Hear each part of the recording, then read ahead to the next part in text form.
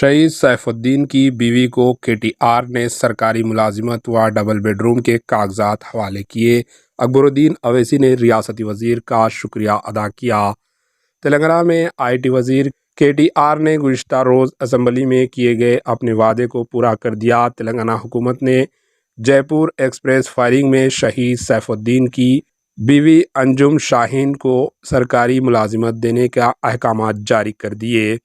Telangana assembly में KTR ने अपने चाम्बर में शहीद सैफुद्दीन की बेवा अंजुम शाहीन को सरकारी मुलाजिमत से मुताल्लिक़ा आर्डर हवाले कर दिए। इस मौके पर वज़ीर दाखिला महमूद अली, अकबरुद्दीन अवैसी, जाफ़र हुसैन मेराज के अलावा सैफुद्दीन के अरकान ख़ानदान भी मौजूद थे।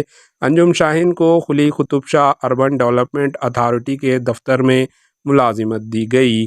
केटीआर ने असम्बली में दिए गए बयान के मुताबिक सैफुद्दीन की बेवा को जियागुड़ा में डबल बेडरूम मकान के पेपर्स भी हवाले किए और भारत राष्ट्र समिति की जानिब से सैफुद्दीन की 3 मासूम बेटियों के लिए 6 लाख रुपये की माली इमदाद भी की।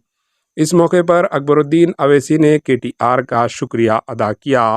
Bureau report, AHN news.